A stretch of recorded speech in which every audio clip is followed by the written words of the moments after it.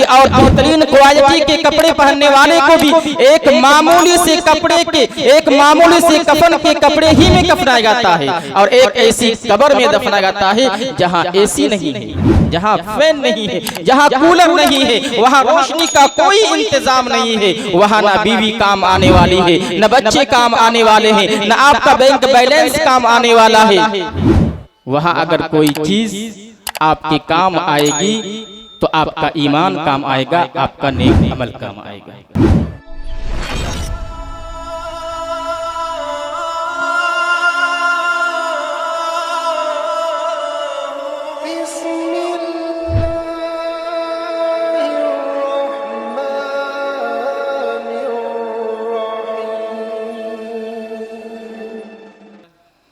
वअशहदु अन्न मुहम्मदन अब्दुहु व रसूलुहु या अय्युहल्लज़ीना आमनु इत्तक़ुल्लाह तुक़ातिही व ला तमूतुन्न इल्ला व अंतुम मुस्लिमून।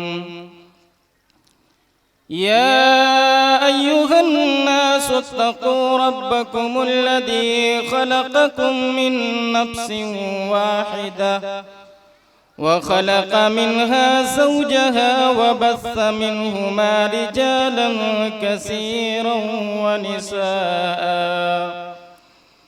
वत्तक़ुल्लाह अल्लज़ी तसाअलून बिही वल अर्हाम इन्नल्लाह कान अलैकुम रक़ीबा। या अय्युहल्लज़ीना आमनु इत्तक़ुल्लाह वक़ूलू क़ौलन सदीदा युस्लिह लकुम अअमालकुम व यग़फ़िर लकुम ज़ुनूबकुम वमन युतिइल्लाह व रसूलहु फ़क़द फ़ाज़ फ़ौज़न अज़ीमा। अम्मा बअद फ़इन्न ख़ैरल हदीस किताबुल्लाह व ख़ैरल हदी हदी मुहम्मदिन सल्लल्लाहु अलैहि वसल्लम व शर्रल उमूरि मुहदसातुहा व कुल्ल मुहदसतिन बिदअह व कुल्ल बिदअतिन ज़लालह व कुल्ल ज़लालतिन फिन्नार। अऊज़ु बिल्लाहि मिनश शैतानिर रजीम। बिस्मिल्लाहिर रहमानिर रहीम। कुल्लु नफ्सिन ज़ाइक़तुल मौत व इन्नमा तुवफ़्फ़ौना उजूरकुम यौमल क़ियामह फमन ज़ुहज़िहा अनिन नारि व उद्ख़िलल जन्नत फ़क़द फ़ाज़ वमल हयातुद दुन्या इल्ला मताउल गुरूर।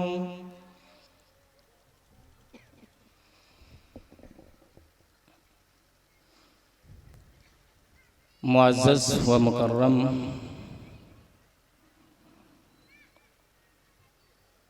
हाज़रीन मजलिस, स्टेज पर बैठे हुए उलमाए किराम, दूर दराज से आए हुए मेहमानान इज़ाम और हमारी पर्दा में रहने वाली माएँ और बहनें, सबसे पहले अल्लाह रब्बुल आलमीन की तारीफ़ और तौसीफ़ ज़रूरी है कि उसने हमें अशरफुल मखलूक़ात बनाया और अशरफुल मखलूक़ात बना करके अल्लाह रब्बुल आलमीन ने हमें यूं ही दरिंदों, चरिंदों और परिंदों की तरह नहीं छोड़ा, बल्कि हमारी रुश्द व हिदायत के लिए अनगिनत अंबियाए किराम को इस धरती के ऊपर मबऊस किया। जुमला तमाम अंबियाए किराम पर दुरूद व सलाम अल्लाहुम्मा सल्ली व सल्लिम व बारिक अलैहि। बिलखुसूस हमारे आखिरी नबी जनाब मुहम्मदुर रसूलुल्लाह सल्लल्लाहु अलैहि वसल्लम पर जिनकी कद्दो काविश और जिफा कशी के बदौलत ये इस्लाम जैसी दौलत हमें नसीब हुई। अल्लाह रब्बुल आलमीन का हम पर बहुत बड़ा एहसान है कि उन्होंने हमें ईमान वाला बनाया, मुसलमान बनाया। हाजरीन इजलास, आज के इस इजलास में मैं जिस मौजू के तहत आप लोगों के सामने कुछ बातें रखना चाहता हूं वो है कब्र से मैदाने महशर तक। अल्लाह रब्बुल आलमीन से दुआ है, रब्बुल आलमीन तो हमें हक बात कहने की तौफीक अता फरमा और सबसे पहले उस पर हमें अमल करने की तौफीक अता फरमा, सबको उस पर अमल करने की तौफीक अता फरमा, आमीन। मेरे भाइयों, दुनिया में इंसान की जिंदगी महदूद है। इंसान की जिंदगी उसकी मौत तक है। मौत आई, काम खत्म। मौत कब आएगी कोई नहीं जानता। अल्लाह रब्बुल आलमीन ने 5 चीजों का इल्म अपने पास रखा है। उन 5 चीजों में से एक चीज ये भी है, अल्लाह तबारक व तआला सूरह लुक़मान के अंदर फरमाता है, वमा तदरी नफ्सुन बिअय्यि अर्दिन तमूत। कोई नहीं जानता कब मरेगा, कहां मरेगा, किस हाल में मरेगा। मौत एक कड़वी सच्चाई है। इंसान दुनिया के किसी भी कोने में चले जाए, ढेर सारी सिक्योरिटी बना ले, मजबूत महल बना ले, मगर मौत की कोई इलाज नहीं है। दुनिया में मेडिकल साइंस बहुत तरक्की कर गई, हर चीज की दवा और इलाज पर रिसर्च हो रही है, मगर मौत का कोई इलाज नहीं है। मौत सबको आनी है। अल्लाह तबारक व तआला सूरह निसा आयत नंबर 78 के अंदर फरमाता है, ऐनमा तकूनु युदरिकुमुल मौत वलौ कुंतुम फी बुरूजिम मुशय्यदा। तुम जहां कहीं पर भी रहो, मौत तुम्हें आकर के पकड़ेगी। तुम किसी मजबूत किले के अंदर, किसी मजबूत महल के अंदर कैद क्यों ना हो जाओ, फिर भी मौत तुम्हारे पास आएगी। कुल्लु नफ्सिन ज़ाइक़तुल मौत। सबको मौत आएगी, हर शख्स को मरना है। मौत सबको आनी है। मौत से किसी को छुटकारा नहीं है मेरे भाई। मौत ये इंसान की एंडिंग नहीं है। मौत पर इंसान खत्म नहीं होता, बल्कि मौत के बाद एक और जिंदगी शुरू होती है। और उस जिंदगी का नाम क्या है? बरज़ख की जिंदगी, कब्र की जिंदगी। और ये कब तक चलेगी? कयामत तक। कयामत के दिन हजरत इसराफील अलैहिस्सलातु वस्सलाम सूर फूकेंगे। 2 बार सूर फूकेंगे। पहली बार जब सूर फूकेंगे तो दुनिया के अंदर उस वक्त जितने लोग मौजूद होंगे वो सारे के सारे लोग मर जाएंगे।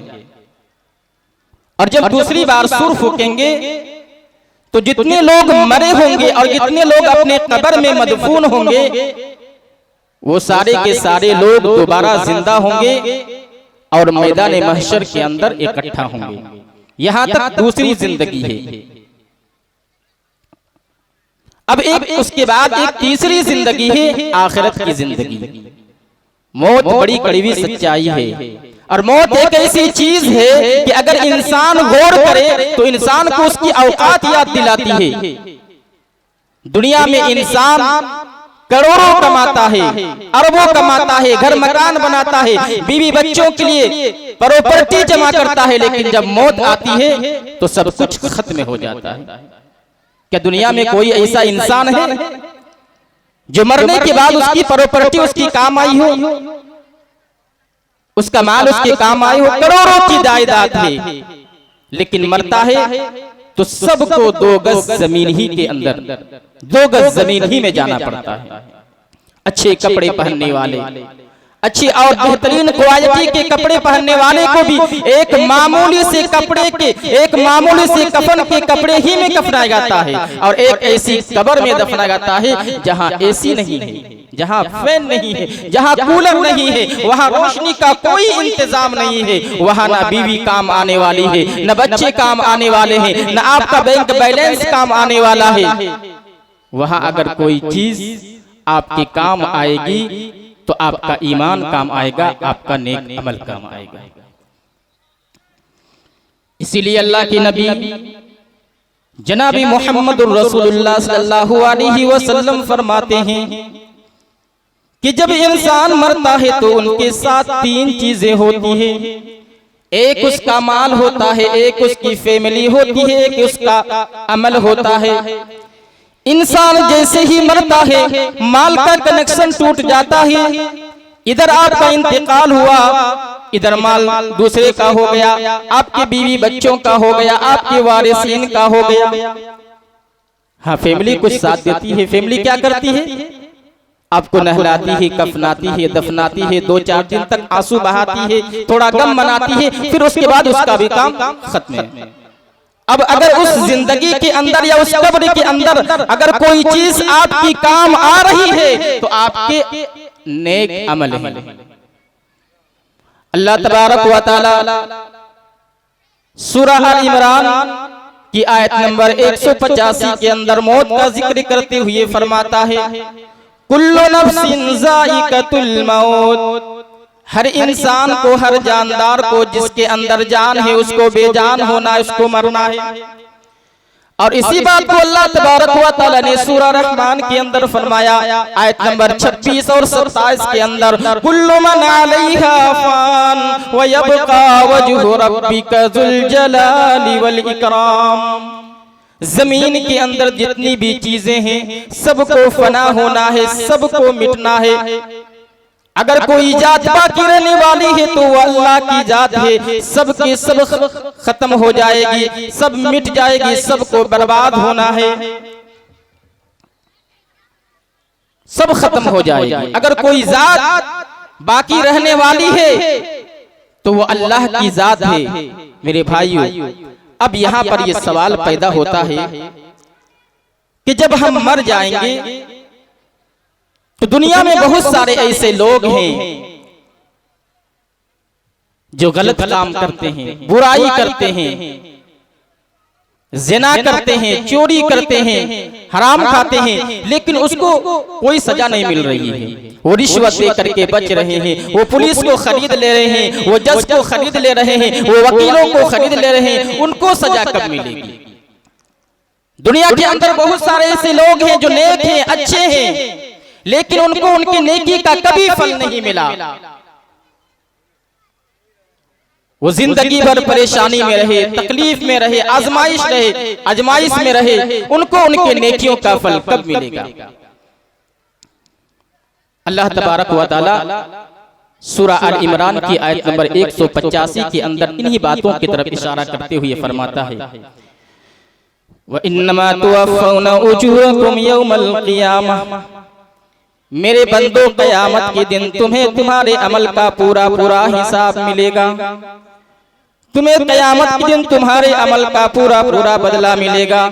तुमने जो गुनाह के काम किए होंगे उनकी भी तुम्हें पूरी पूरी सजा मिलेगी। तुमने जो नेकी के काम किए होंगे उनका भी तुम्हें पूरा पूरा फल मिलेगा। फमन ज़ुहज़िहा अनिन्नार, मेरे बंदो तुम दुनिया में चाहे कामयाबी जिसको भी समझते हो, तुम्हारी नजर में जो भी कामयाबी हो, लेकिन अल्लाह की नजर में सुन लो कामयाबी क्या है। फमन ज़ुहज़िहा अनिन नार, जो जहन्नम से बचा लिया गया, व उदखिलल जन्नता, और जन्नत में दाखिल कर दिया गया, फ़क़द फ़ाज़, वही कामयाब हो जाएगा। और मेरे बंदो, जिस दुनिया के पीछे तुम इतना भागते हो, जिस दुनिया के पीछे तुम अपनी आखिरत को बर्बाद कर रहे हो, वमल हयातुद दुनिया इल्ला मताउल गुरूर, मेरे बंदो ये दुनिया तो धोखे का सामान है, ये दुनिया धोखेबाज है, ये फ्रॉड है, ये फरेब है, ये दुनिया कभी तुम्हारे साथ वफा करने वाली नहीं है। कुरान करीम का ये जुमला कि दुनिया धोखा है, इंसान दुनिया में ऐशो आराम की जिंदगी गुजारता है, ऐशो आराम की तमाम चीजें उसके पास होती है, लेकिन मरता है तो क्या काम आता है। बीवी बच्चे जो कल तक बहुत प्यार करते थे, आज मरने के बाद उसकी डेथ बॉडी को भी उसके घर में रखने को कोई तैयार नहीं, डेथ बॉडी को भी घर में रखने को तैयार नहीं। जिस औलाद के लिए इंसान ने सब कुछ किया, हलाल और हराम सबको एक कर दिया था, आज मरने के बाद उसके सामने उसकी औलाद रो रही है। क्या किसी को कोई ताकत है? क्या किसी के पास कोई ऐसा तरीका है जो अपने आप बाप को मरने से बचा सके? क्या बीवी अपने शोहर को मरने से बचा सकती है? अल्लाह तबारक व तआला सूरा वाक़िया के अंदर फरमाता है, फलौला इज़ा बलगतिल हुलूम, जब जान हलक तक आ जाती है, जब मौत का टाइम करीब आ जाता है, व अंतुम हीना इज़िन तंजुरून, तुम अपने बाप को अपने आंखों से मरते हुए देखते हो, अपनी माँ को अपने आंखों से मरते हुए देखते हो, अपने भाई को मरते हुए देखते हो, अपनी बहन को मरते हुए देखते हो, अपने अकारिब को, अपने दोस्तों को मरते हुए देखते हो। व अंतुम हीना इज़िन तंजुरून व नहनु अक़रबु इलैहि मिनकुम वलाकिन ला तुबसिरून, जबकि मौत के फरिश्ता तुमसे ज्यादा उसके करीब होता है, लेकिन तुम देख नहीं सकते। फलौला इन कुंतुम गैर मदीनीन तरजिऊनहा इन कुंतुम सादिकीन, अल्लाह फरमाता है कि जिसकी जान जा रही है, जिसकी रूह निकल रही है, तुम्हारे अंदर अगर इतनी ताकत है तो रूह को दोबारा उसके जिस्म के अंदर डाल के दिखाओ, कोई नहीं डाल सकता। रूह निकल गई तो निकल गई, मौत आ गई तो आ गई, अब दोबारा किसी को जिंदगी मिलने वाली नहीं है। जब तक सांस है तब तक चांद से है, जब तक जिंदगी है तब तक मोहलत है। मरने के बाद अल्लाह फरमाता है कि बड़े से बड़े जालिम और बदकार आदमी भी कहेगा, अल्लाह एक और मौका दे दे, एक मौका और दे दे। अल्लाह तबारक व तआला सूरा मोमिनून के अंदर फरमाता है, हत्ता इज़ा जाअ अहदहुमुल मौत क़ाल रब्बिरजिऊन, जब मौत आती है तो इंसान कहता है कि ऐ अल्लाह मुझे एक बार दुनिया में जाने का मौका दे दे, ऐ अल्लाह एक बार तू मुझे दुनिया में जाने का मौका दे दे। लअल्ली आमलु सालिहन फीमा तरक्तु, ऐ अल्लाह मैं वादा करता हूँ मैं नेक अमल करूंगा, अमल सालेह करूंगा, तुझे राजी करने वाला अमल करूंगा। अल्लाह कहेगा कल्ला, नहीं नहीं मेरे बंदे, ऐसा कभी नहीं हो सकता है, तुम्हें मौत आ चुकी है, अब तुम्हें दोबारा दुनिया में जाने का मौका नहीं मिलेगा। अल्लाह कहेगा कल्ला इन्नहा कलिमतुन हुवा काइलुहा, मेरे बंदे ये तो तेरी जुबान से निकलने वाली एक बात है, बस बात है, इस पर अमल नहीं किया जाएगा, तेरी ये ख्वाहिश कभी पूरी नहीं की जाएगी। व मिन वराइहिम बरज़खुन इला यौमि युबअसून, मेरे बंदो अब तुम्हें क़यामत तक बरज़ख की जिंदगी में रहना है। बरज़ख की जिंदगी समझते हैं? बरज़ख कहते हैं दो चीजों के दरमियान किसी चीज को आड़ बना देना, इसको कहते हैं बरज़ख। ये जो कब्र की जिंदगी है ना, ये बरज़ख की जिंदगी, ये दुनिया और आखिरत के बीच का बैरियर है, आड़ है। तो अल्लाह फरमाएगा कि अब तुझे क़यामत तक कब्र की जिंदगी, बरज़ख की जिंदगी में रहना है। फ़इज़ा नुफ़िख़ फ़िस्सूरी, जब क़यामत के दिन हजरत इसराफील अलैहिस्सलातु वस्सलाम सूर फूकेंगे, फला अंसाब बैनहुम यौमइज़िन वला यतसाअलून, तो कयामत के दिन कोई रिश्तेदारी, कोई नाता काम नहीं आएगी। बाप बेटे के काम नहीं आएगा, बेटा बाप के काम नहीं आएगा, भाई बहन के काम नहीं आएंगे, कोई दोस्त किसी दोस्त के काम नहीं आएगा। वला यतसाअलून, वो दिन तो इतना सख्त होगा कि किसी को किसी से बातचीत करने की भी फुर्सत नहीं होगी। इतना खतरनाक दिन होगा, किसी को किसी से बात करने की भी फुर्सत नहीं होगी। और वो दिन कोई किसी का काम आने वाला नहीं। अल्लाह रब्बुल आलमीन सूरा अबस के अंदर फरमाता है, यौम यफिरुल मरउ मिन अखी व उम्मिही व अबी, क़यामत के दिन इंसान कहेगा कि मैं यौम यफिरुल मरउ मिन अखी, क़यामत के दिन इंसान अपने भाई से भागेगा, व उम्मिही व अबी, अपने वालिदैन से भागेगा, व साहिबतिही व बनी, और अपने बीवी बच्चों से भागेगा। और भागेगा ही नहीं बल्कि यहाँ तक नौबत आएगी कि अल्लाह रब्बुल आलमीन सूरा मारिज के अंदर फरमाता है, यवद्दुल मुजरिमु लव यफ्तदी मिन अज़ाब यौमइदिन बिबनी। कयामत के दिन इंसान कहेगा, ऐ अल्लाह मेरे बच्चों को ले ले, मुझे छोड़ दे, ऐ अल्लाह मेरे बच्चों को ले ले, मुझे छोड़ दे, व साहिबतिही व अखी, ऐ अल्लाह मेरी बीवी को ले ले, मुझे छोड़ दे, ऐ अल्लाह मेरे भाई को ले ले, मुझे छोड़ दे, व फसीलतिही लती तुवी, ऐ अल्लाह मेरे पूरे खानदान को ले ले, मुझे छोड़ दे। तो कयामत का ये मंजर होगा मेरे।